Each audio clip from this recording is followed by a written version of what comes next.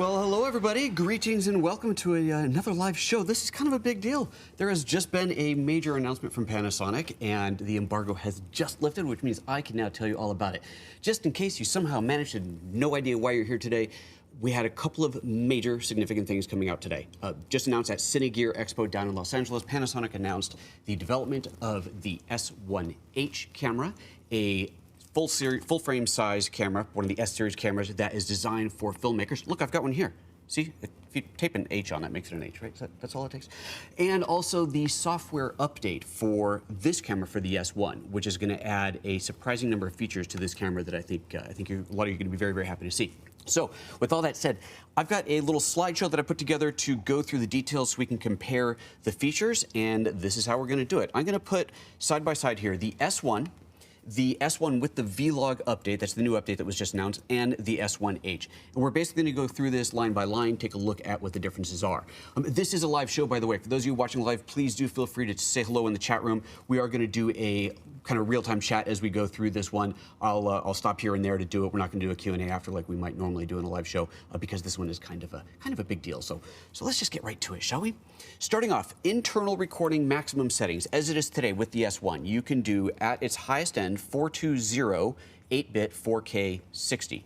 If you happen to be shooting in HLG, then you can do 420 10-bit in 4K in HLG, but most people aren't doing that. So for most people, 420 8-bit 4K 60 is your max. With the V-Log update, we're going to be bumping up to 422 10-bit 4K 30. So you got 422 and 10-bit. So pretty significant update on both sides there, which is obviously awesome to see. The S1H though, oh my God. Okay, this is kind of a little bit on the crazy side. 6K 24p. That's in a 3:2 aspect ratio. 6K 24p. But wait, there's more. 5.9K, so that's like almost 6K at 30p in a 16:9 aspect ratio. And then full 10-bit in 4K and Cinema 4K 60p. So there's a bit of information here, kind of reading between the lines between what is mentioned and what isn't mentioned. Keep in mind, everything that I'm putting up on screen here is facts. What you're seeing on display here is facts. Everything coming out of my mouth is analysis or speculation. So two different ways to look at things on here, but the facts are what's on the screen. So let's start off with that really big one, the 6K 24p 3:2 aspect ratio. Why would you need that? Well, here's what that effectively is giving you, something called open gate. You're getting a square aspect ratio, and if you're going to crop out for 16:9 or even wider for a cinema aspect ratio, you've got a lot of room to reframe in. Open gate is a phenomenal thing in filmmaking. To have that much space to work with is pretty kind of awesome. The next one, going to the 5.9K 30p at 16:9, to me what this means is the ability to reframe for standard 4K output. One of the reasons I'll shoot 4K personally, even if I'm going to be delivering in HD, is so that I can reframe. Let's say that I'm shooting me right now in 4K and I want to edit around a flub, a mistake, or whatever. If I just do a cut, it's a bit jarring, but if I do a cut and punch in just a little bit, it's almost like a different camera angle. You can kind of get away with a bit more. And this is a common practice to be able to do, but if you want to deliver in 4K and you shoot in 4K, you can't really do that. You have to actually scale up the shot to be able to do that kind of effect.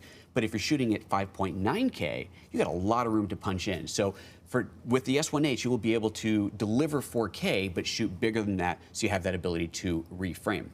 And then the last one on there, the 10-bit in full 4K or Cinema 4K in 60p. And if you back up to the S1 with the V-Log and you look at that one is doing 422 10-bit at 30p. Now notice that on the S1H, it's not listing whether it's 420 or 422, so we don't know what that is. You can speculate all you want, but we don't know yet until it's announced. Who knows? Okay, next line. HDMI output. So the HDMI out, of course, is what you would use if you wanted to record externally. Typically, by putting on an external recorder, you can get a higher bitrate, a higher color depth, something else. You can get some advantage of recording externally versus internally. Looking at the way it is today with the S1, there basically isn't an advantage. You get the same 420 8-bit out and the 420 10-bit with HLG out. However, with the update that's coming, you get 422 10-bit 4K 60 out. So that is closer to what you're getting on the S1H internally. You'll be able to get with the S1 plus the V-Log kit on the external output. And then on the S1H, nothing specific to HDMI out was announced. So we can obviously speculate that it's going to be, at minimum, what's in the S1 plus the V-Log update. And maybe there will be more, but there was no announcement about what would be specific to the HDMI out.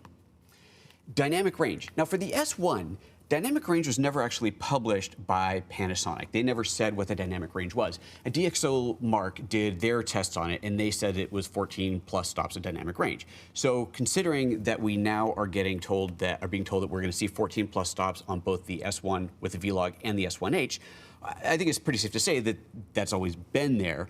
The difference is that when DxO does their tests, they're doing them for photography. Video is a bit different, and the only way that we can get these 14 plus stops is with the V-Log itself, and so we'll come to that a little bit later. But the dynamic range of the camera itself, unlikely to have actually changed. It's just that now we're going to have the ability to capture video with those 14 plus stops of dynamic range. And again, we're going to talk more about that in a moment here.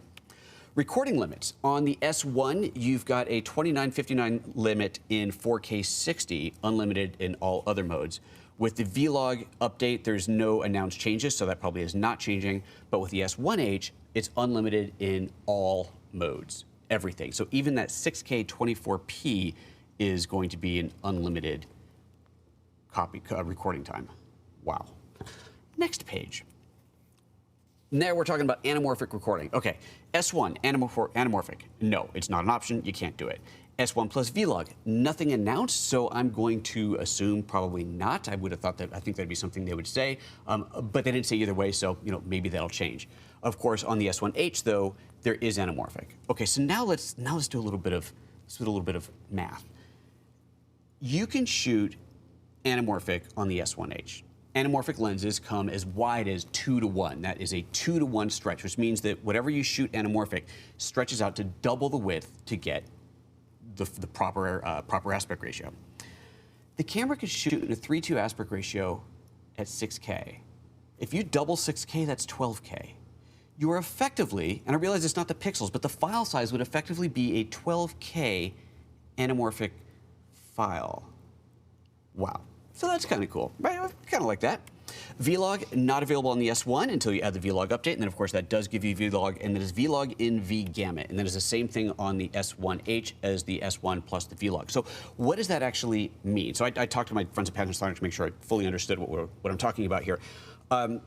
V-Gamut is kind of like basically your color space. We traditionally shoot in Rec 709. If you're going to do HDR type shooting or HLG shooting, you're shooting a Rec 2020. The V-Gamut is a level beyond that. So the V-Gamut is what gives us enough color space to capture 14 plus stops of dynamic range.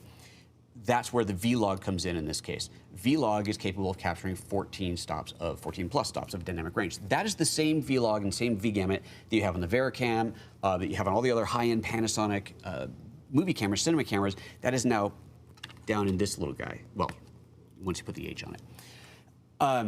Something else to point out, notice that it's V-Log, not V-Log-L. If you're a GH5 or GH5S shooter, you know that you have V-Log on your camera, but it is V-Log-L. V-Log-L is effectively V-Log Lite.